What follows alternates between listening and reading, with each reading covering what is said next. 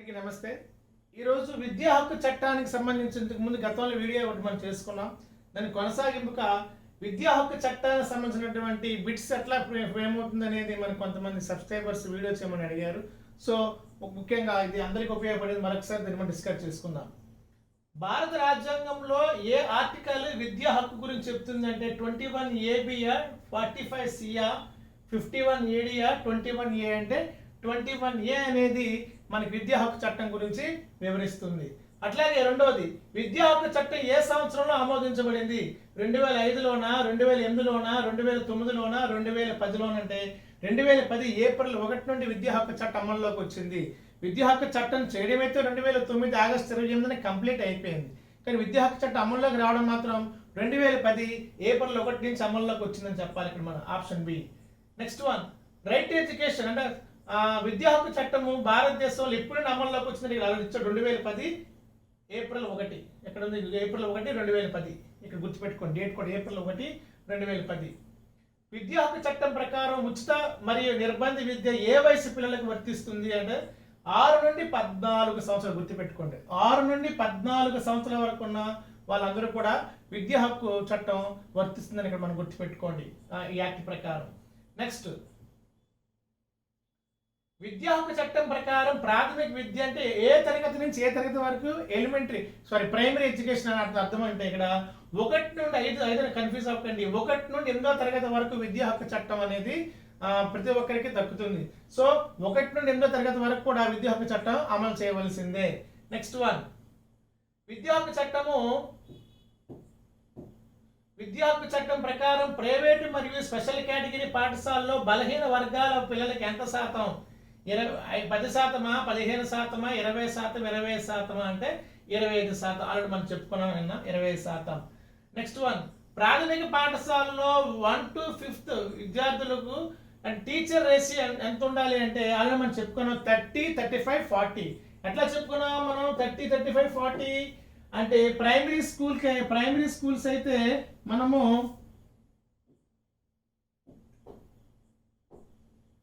Primary school అంటే 1 to 5th క్లాస్కి అయితే మనం 1:30 అని చెప్పాం. తప్పనిసరిగా 30 మంది పిల్లలకు ఒక టీచర్ ఉండాలి.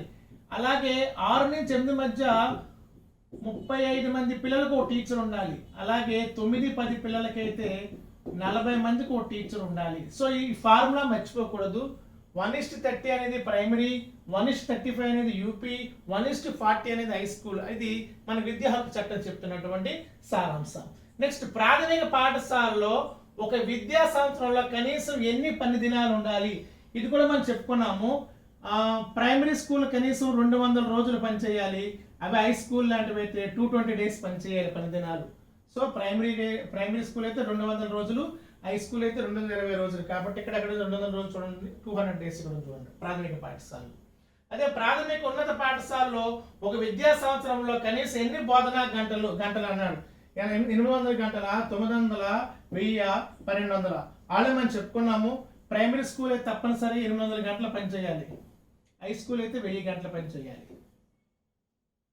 ప్రాథమిక ఉన్నదంటే యూపీ హై స్కూల్ అయితే తప్పనిసరిగా 1000 గంటల పనిచేయాలి. అదే ప్రైమరీ అయితే 800 గంటల పని. ఇక్కడ ఏమన్నాడు? ప్రాథమిక ఉన్నదాడు కాబట్టి తప్పనిసరిగా 1000 గంటల పనిచేయాలి పాఠశాల సంవత్సరానికి, అంటే 220 డేస్లో కనీసం. నెక్స్ట్ వన్,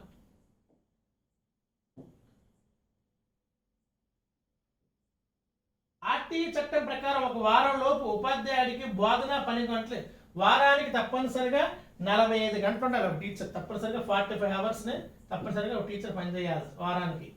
ఒక పాఠశాలలో 150 మంది కన్నా ఎక్కువగా ఉంటే మనకి ఒక హెడ్ మాస్టర్ని ఇస్తారు. 1:5 అనమాట. ఒక హెడ్ మాస్టర్ని కూడా ఇస్తారు. అదనంగా 150 దాటితే ఆ పాఠశాలకి, ప్రైమరీ పాఠశాలకి 5 టీచర్లు ఇస్తూ ఒక హెడ్ మాస్టర్. 1:5 అంటే 5 టీచర్లు మరియు ఒక హెడ్ మాస్టర్ ఉంటారనమాట. నెక్స్ట్ వన్, విద్యా హక్కు చట్టం ప్రకారం పాఠశాల నిర్వహణ కమిటీలో అంటే ఎస్ఎంసి. నేను చెప్పాను మీకు ఎస్ఎంసి గురించి తెలియజేసే ఆర్టికల్ సెక్షన్ ఏది? ఆర్టీఈలో 21 సెక్షన్ అనేది ఎస్ఎంసి కమిటీ ఏర్పాటు చెప్తుంది. ఆ ఎస్ఎంసి కమిటీలో తప్పనిసరిగా 50% మంది మహిళలు ఉండాలి. 50% మహిళలు ఉండాలి తప్పనిసరి కమిటీలో. తల్లిదండ్రుల సంరక్షణలు ఇక్కడ బిట్టట్లే ఇచ్చాడు. విద్యా హక్కు చట్టం ప్రకారం పాఠశాల నిర్వహణ కమిటీలు ఎంత శాతం మంది తల్లిదండ్రులు ఉండాలి? దీన్ని ఎలా మీకు అర్థం చేయాలంటే యాక్చువల్గా హై స్కూల్ పరంగా అనుకోండి 6 నుంచి 10 అనుకోండి, హై స్కూల్ అనుకోండి, తప్పనిసరిగా 32 మంది వరకు సభ్యులు ఉండొచ్చు. అందులో 24 మంది పేరెంట్స్ ఉండాలి. మిగతా 8 మంది మనకి ఎక్స్ అఫీషియో కోఆప్టెడ్, అంటే హెడ్ మాస్టర్ ఉంటారు, ఆ క్లాస్ స్కూల్లో సీనియర్ టీచర్ ఉంటారు. ఈ 8 మందిలోనే 24 మంది తప్పనిసరిగా పేరెంట్స్ ఉండాలి. 32 మంది వరకు ఉండొచ్చు గరిష్టంగా ఎస్ఎంసీ సభ్యులు. ఎస్ఎంసీ సభ్యులు ఎవరెవరు ఉంటారు అంటే పేరెంట్స్ కమిటీ ఉంటుంది, ఎక్స్ అఫీషియో సభ్యులు ఉంటారు, కోఆప్టెడ్ సభ్యులు ఉంటారు. ఇందులో ఈ 24 మంది తప్పనిసరిగా పేరెంట్స్ ఉండాలన్నమాట. అందులో మిగతా 8 మంది ఎవరు ఉండొచ్చు? హెడ్ మాస్టర్ ఉండొచ్చు, సీనియర్ టీచర్ ఉండొచ్చు, అంగన్వాడీ టీచర్ ఉంటారు, హెల్త్ సెంటర్ వాళ్ళు ఉంటారు, అట్లాగే డ్వాక్రా మహిళలు కూడా ఉండొచ్చు. వీళ్ళందరూ కూడా కలిపి 8 మంది ఉండొచ్చు. కానీ తప్పనిసరిగా 24 మెంబర్స్ మాత్రం పేరెంట్స్ ఉండాలి. అంటే 70% వరకు తప్పనిసరిగా ఎస్ఎంసీ కమిటీలో ఎవరు ఉండాలి అంటే తల్లిదండ్రులు ఉండాలి. కాబట్టి ఇక్కడ 75% మనం వేసుకోవాలి. అయితే ఎస్ఎంసీ కమిటీలో ఉన్న 32 మందిలో తప్పనిసరిగా 50% మహిళలు ఉండాలి. గుర్తుపెట్టుకోండి, 50% మహిళలు ఉండాలా. కానీ తల్లిదండ్రులు ఎంత శాతం ఉండాలంటే మాత్రం 75% ఉండాలి. గుడ్, కన్ఫ్యూజ్ అవ్వద్దు. మహిళలు ఎంత శాతం అంటే 50%, తప్పనిసరిగా ఎస్ఎంసీ కమిటీలో పేరెంట్స్ ఎంత శాతం ఉండాలంటే మాత్రం 75% ఉండాలని గుర్తుపెట్టుకోండి. ఇది కన్ఫ్యూజ్ అవ్వకుండా చూసుకోండి. నెక్స్ట్, ఎస్ఎంసీ కమిటీలో మహిళా సభ్యులు 50% ఉండాలి. ఆర్టీ చట్టం ప్రకారం పాఠశాల ఏర్పాటు చేయడానికి పిల్లల నివాస ప్రాంతానికి గరిష్టంగా ఎంత దూరం ఉండాలి? అలా మనం చెప్పుకున్నాము. ఏంటి, ప్రైమరీ స్కూల్ అయితే మాత్రం 1 km లోపే ఏర్పాటు చేయాలి. యూపీ స్కూల్ లేదా హై స్కూల్ అనేది 3 km లోపే ఏర్పాటు చేయాలి. కాబట్టి ఇక్కడ ఏమి ఇచ్చాడు? ప్రాథమిక పాఠశాల కాబట్టి 1 కిలోమీటర్ లోపే ఏర్పాటు చేసుకోవాలి.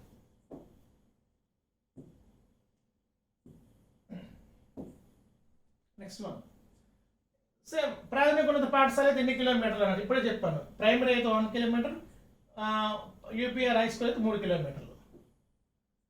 విద్యా హక్కు చట్టం ప్రకారం క్రింది వాటిలో ఏది నిషేధించబడింది? గృహ సందర్శన, పిల్లల్ని శారీరకంగా మానసికంగా వేధించడమా? గుర్తుందా మీకు? సెక్షన్ 38లో ఏ సెక్షన్ పిల్లల్ని దండించకూడదంటే సెక్షన్ నెంబర్ 70. సెక్షన్ నెంబర్ 70 ప్రకారం ఏ పిల్లవాడిని కూడా మానసికంగా శారీరకంగా గాయపరచకూడదు అని చెప్తుంది సెక్షన్ నెంబర్ 70. కానీ పిల్లల్ని మానసికంగా శారీరకంగా దండించకూడదు అని చెప్పి ఇది ఇచ్చింది మనకి.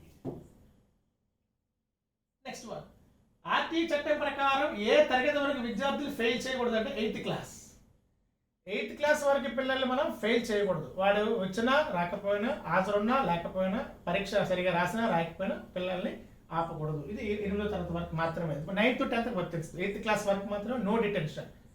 వాడు హాజరుతో సంబంధం లేకున్నా, వాడు మార్క్స్తో సంబంధం లేకున్నా, కింద తరగతి నుంచి పై తరగతి వాడిని ప్రమోట్ చేస్తూ వెళ్ళిపోవాలి సంవత్సరం. అది ఎంతవరకు? 8th క్లాస్ వరకే. 9th to 10th మళ్ళీ వర్తించదు.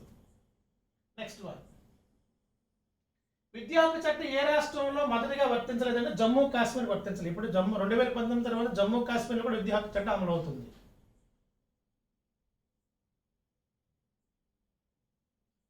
ప్రాథమిక పాఠశాలలో ఎంతమంది దాటితే పిల్లలు ఒక హెచ్ఎంని ఇస్తారంటే 150 మంది దాటితే ఒక హెచ్ఎంని ఇస్తారు.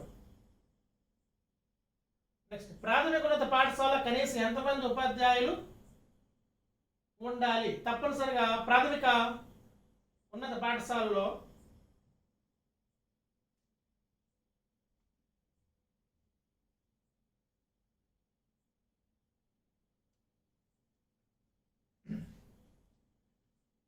అలాగే ప్రాథమిక ఉన్నత పాఠశాలలో కనీసం ఎంతమంది ఉపాధ్యాయులు ఉండాలి అంటే కనీసము ప్రాథమిక అంటే యూపీ స్కూల్ కనీసం 4 మంది టీచర్లు తప్పనిసరిగా ఉండాలి. అలాగే ప్రాథమిక ఉన్నత పాఠశాలలో సైన్స్, మ్యాథ్స్ సబ్జెక్టుల్లో ఎంతమంది ఉపాధ్యాయులు అవసరము? తప్పనిసరిగా 2 ఉండాలండి. సైన్స్, మ్యాథ్స్ సబ్జెక్టులు కనీసం 2 ఉండాలి మనకి, సైన్స్కి మ్యాథ్స్కి. నెక్స్ట్, విద్యా హక్కు చట్టం ప్రకారం ఉపాధ్యాయులు ఎలాంటి బోధనేతర కార్యకలాపాల్లో పాల్గొనరాదు? ఎన్నికల విధుల్లో పాల్గొవాలి, పల్స్ పోలియోలో పాల్గొవాలి, జనాభా లెక్కల్లో పాల్గొవాలి, విపత్తు నిర్వహణ పాల్గొవాలి. కాబట్టి ఇవన్నీ తప్పనిసరి అన్నింటిలో పాల్గొవాలి. కానీ ప్రైవేట్ పనుల్లో పాల్గొనరాదు. అంటే ప్రైవేట్లో కానీ, ట్యూషన్స్ కానీ, ఉపాధ్యాయులు చెప్పరాదు అనేది ఒక నిబంధన ఉంది. ఆల్రెడీ చెప్పుకున్నాం. మనకి అది సెక్షన్ నెంబర్ 28 ప్రకారము టీచర్లు అనేవారు ప్రైవేట్లు చెప్పకూడదని ఒక నిబంధన ఉంది. నెక్స్ట్, కానీ జనాభా లెక్కలకి వెళ్ళాలి, విపత్తుల కాలంలో మనం సాయం చేయాలి, ఇలాంటివన్నీ ఎన్నికల సమయంలో మనం సహాయం చేయాలి. నెక్స్ట్, RTE 2009 ప్రకారం స్కూల్ డెవలప్మెంట్ ప్లాన్ ఎవరు తయారు చేస్తారు? గుర్తుపెట్టుకోండి, కన్ఫ్యూజ్ అయిపోతాం. స్కూల్ డెవలప్మెంట్ ప్లాన్ తయారు చేసేది ఎవరు? హెడ్ మాస్టరా, SMCనా, విద్యాశాఖనా, గ్రామ పంచాయతీ? అంటే SMC గుర్తుపెట్టుకోండి. SMC మాత్రమే స్కూల్ డెవలప్మెంట్ ప్లాన్ తయారీలో ప్రధానమైన పాత్ర వహిస్తుంది. అది సెక్షన్ నెంబర్ 22 గుర్తుపెట్టుకోండి. Section number 22. ఇక్కడ మళ్ళీ గుర్తుపెట్టుకోండి, SMC గురించి తెలియజేసే ఆర్టికల్ సెక్షన్ ఏదంటే విద్యా హక్కులో SMC కోసం తెలియజేసే సెక్షన్ 21. స్కూల్ డెవలప్మెంట్ ప్లాన్ కోసం చెప్పే విద్యా హక్కు చట్టం సెక్షన్ ఏదంటే 22. School development plan 22, SMC 21. ఇవి ఎక్కువగా గుర్తుపెట్టుకోండి, కన్ఫ్యూజ్ అవ్వకన్నట్లు. నెక్స్ట్ వన్,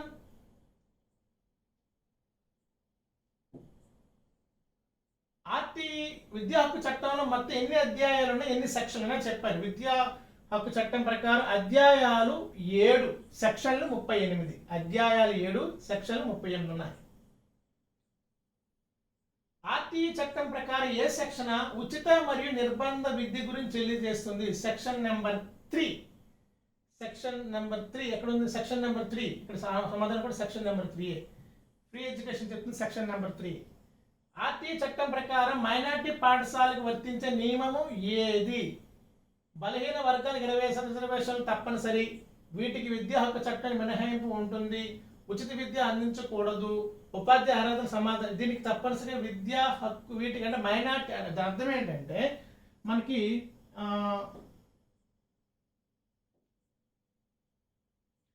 ఇప్పుడు క్రిస్టియన్ స్కూల్స్ ఉంటాయి, ముస్లిం మైనారిటీ స్కూల్స్ ఉంటాయి. వాటికి కొన్ని నిబంధనలు ఏవి? RTE చట్టం ప్రకారం మైనారిటీ పాఠశాలకు వర్తించే నియమం ఏది? వీటికి విద్యా హక్కు చట్టం నుండి కొన్ని మినహాయింపులు ఇస్తారని చెప్తున్నాడు. కానీ మిగతావి అవైనా సరే, ఈ క్రిస్టియన్ స్కూల్ అయినా ముస్లిం స్కూల్స్ అయినా అవి కూడా తప్పనిసరిగా బలహీన వర్గ 20% రిజర్వేషన్లు ఇవ్వాల్సిందే. కానీ వాళ్ళు కొన్ని మినహాయింపులు మాత్రం ఉంటాయని చెప్తున్నాడు. మాత్రం ఈ RTE చట్టం కొన్ని మినహాయింపులు ఇస్తారని చెప్తున్నాడు ఇక్కడ మైనారిటీ విద్యా సంస్థలకు, అంతే. నెక్స్ట్ వన్,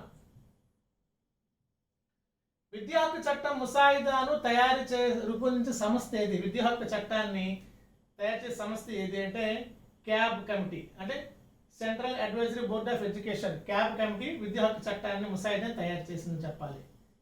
క్యాబ్ అదేమో NCERTనా, UGCనా, NCF అంటే క్యాబ్ కమిటీ అనేది ఇక్కడ మనం గుర్తుపెట్టుకోండి. విద్యా హక్కు చట్టాన్ని డ్రాఫ్ట్ రూపొందించింది క్యాబ్. నెక్స్ట్, RTE 2019 ప్రకారం విద్యా సంవత్సరం అనేది ఏ నెల నుండి ఏ నెల వరకు ఉంటుందని గుర్తుపెట్టుకోండి. జూన్ ఇచ్చాడండి, జూన్. సమాధానము ఏప్రిల్ 1 నుండి మార్చి 1, 31. సో ఇక్కడ కన్ఫ్యూజింగ్ ఇచ్చాడు, కానీ మీరు గుర్తుపెట్టుకోండి ఆన్సర్ ఎట్లా చెప్పాలంటే విద్యా హక్కు చట్టం ప్రకారము జూన్ 12 నుండి ఆగస్టు 31 వరకు, జూన్ 12 నుండి ఆగస్టు 31 వరకు ఏ సమయంలో విద్యార్థి వచ్చినా 31 వరకు అది మనం అన్ని అడ్మిట్ చేసుకోవాల్సిందే.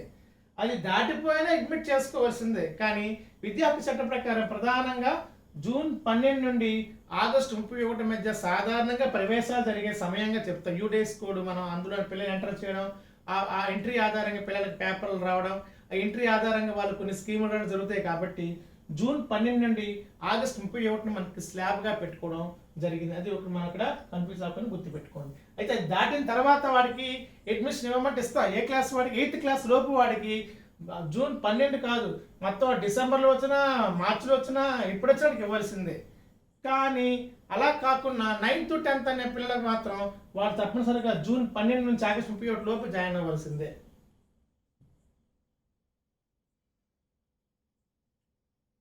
Next one,